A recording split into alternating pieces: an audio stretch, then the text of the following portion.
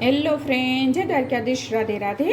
આજે આપણે ટિફિનમાં દાળ ભાત અને ફ્લાવરનું શાક અને રોટલી બનાવવાનું છે. તેના દાળ માટે મેં અહીંયા પાણી ગરમ કરવા મૂકી દીધું છે અને અહીંયા મેં 2 વાટકી દાળ લઈ લીધી છે. દાળ ધોઈ લીધી છે અને હવે આપણે ઓઢી દઈશું આંધણમાં.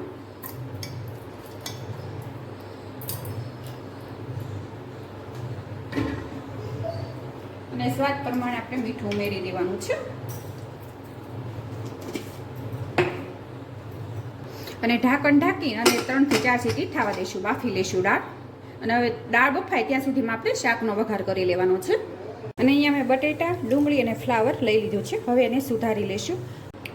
અને અહીંયા દાળ બફાઈ ગઈ છે, તમે જોઈ શકો છો. એક સાઈડ લઈ લઈશું અને હવે આપણે શાકનો વઘાર તેના માટે કઢાઈ લઈ લીધી છે. અને શાક તમારે જેટલું એ પ્રમાણે તમારે તેલ લઈ લેવાનું. અહીંયા મેં 4 થી 5 પાવડા તેલ લીધું છે.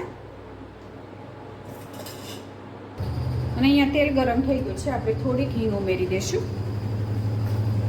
અને અડધી ચમચી રાઈ જીરું.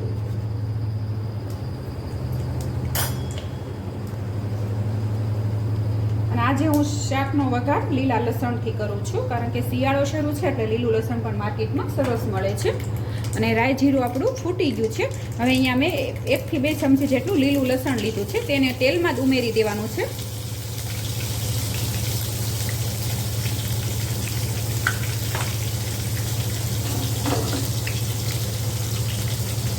અને અહીંયા મેં ફ્લાવર, બટેટા અને ડુંગળી આવી રીતે સુધારી લીધું છે.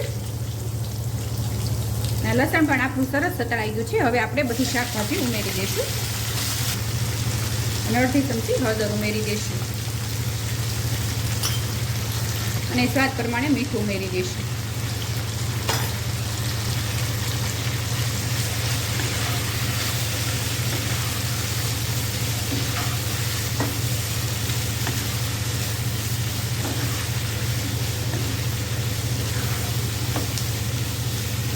અને હવે આપણે એને એકલા તેલમાં જ આપણે એને સડવા દેવાનું છે અને ઢાંકણ ઢાંકીને સડવા દઈશું. અને શાક સડે ત્યાં સુધીમાં આપણે દાળનો મસાલો કરી લઈશું. અને 10 થી 15% જેટલું શાક સડી ગયું છે. હવે તેમાં આપણે 1 વાટકી જેટલા ટમેટા ઉમેરી દેવાના છે. તમે એકવાર ફ્લાવર બટેટાનું શાક ડુંગળી અને ટમેટા ઉમેરીને બનાવજો, બહુ સરસ લાગશે.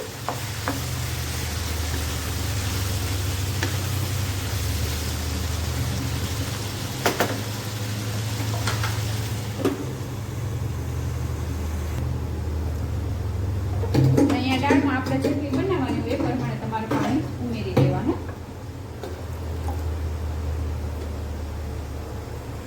અને દાળને ઝેરી લેવાની છે. આવી રીતે તમે ઝેરણીથી ઝેરી શકો અને બ્લેન્ડરથી પણ તમે ઝેરી શકો. અને અહીંયા મેં અડધું ટમેટું અને મરચી લીધી છે, તેને ઉમેરી દઈશું.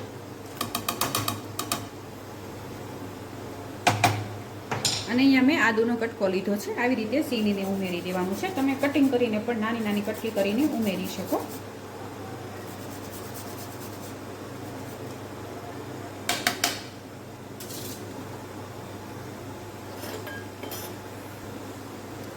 અને અડધી ચમચી હળદર ઉમેરી દઈશું અને ગળપણ માટે ગોળ ઉમેરી દઈશું અને 1 લીંબુનો રસ ઉમેરી દઈશું. તમને જેવી ખાટી મીઠી દાળ ભાવતી હોય એ પ્રમાણે તમારે ગોળ અને લીંબુ ઉમેરવાનું. અને હવે ઉકળવા દઈશું.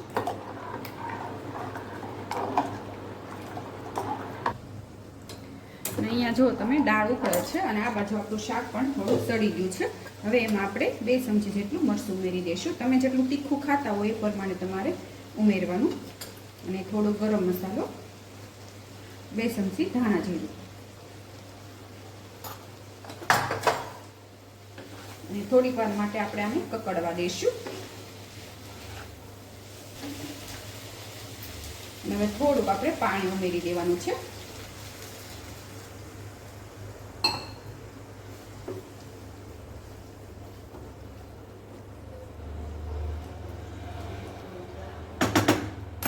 અને હવે ઢાંકીને થોડીક વાર માટે સડવા દઈશું. અને અહીંયા તમે જોઈ શકો છો દાળ સરસ ઉકળી ગઈ છે. અને જેમ દાળને ઉકળવા દઈશું ને એમ આપણી દાળમાં સ્વાદ સરસ આવશે. હવે એનો વઘાર કરી લઈશું. અને અહીંયા મેં બીજું એક કુકર લઈ લીધું છે. તેમાં આપણે થોડુંક તેલ ઉમેરશું. તેલ ગરમ થઈ ગયું છે, થોડીક હિંગ ઉમેરી દેવાની છે અને 1 ચમચી રાઈ જીરું. અને અહીંયા આપણું શાક પણ તમે જોઈ શકો છો સરસ સડી ગયું છે.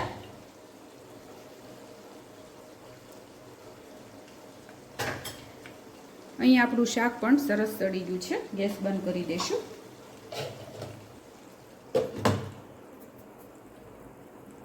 અને ઉપરથી કોથમીર ઉમેરી દેવાની છે.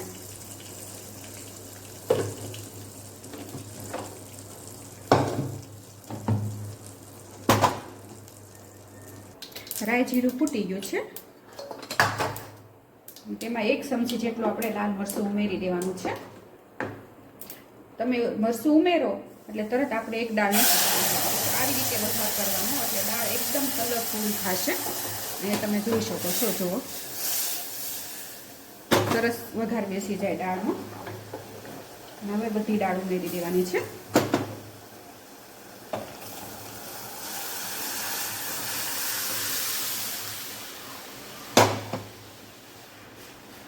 અને હવે થોડીક વાર માટે ઉકળવા દઈશું. અને અહીંયા તમારે જરા ટેસ્ટ કરી લેવાની, ખારી મોળી ખાટી, અને જરૂર લાગે એ વસ્તુ તમારે ઉમેરવાની.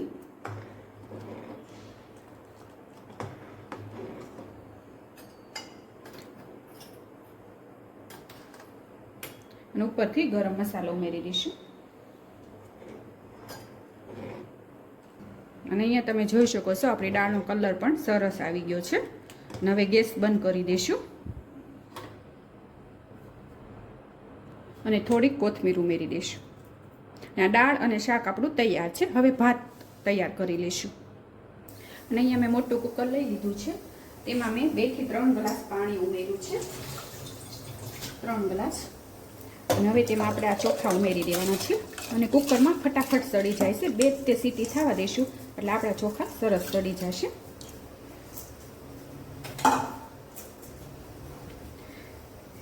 અને સ્વાદ પ્રમાણે મીઠું ઉમેરી દઈશું.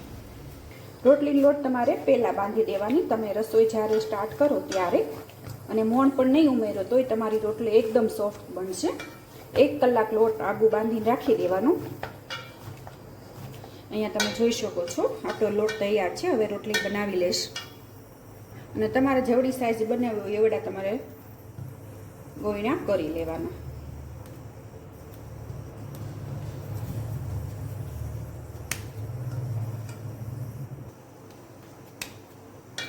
અને આવી રીતે લોટમાં ડીપ કરી લેવાની અને વણી લેવાની.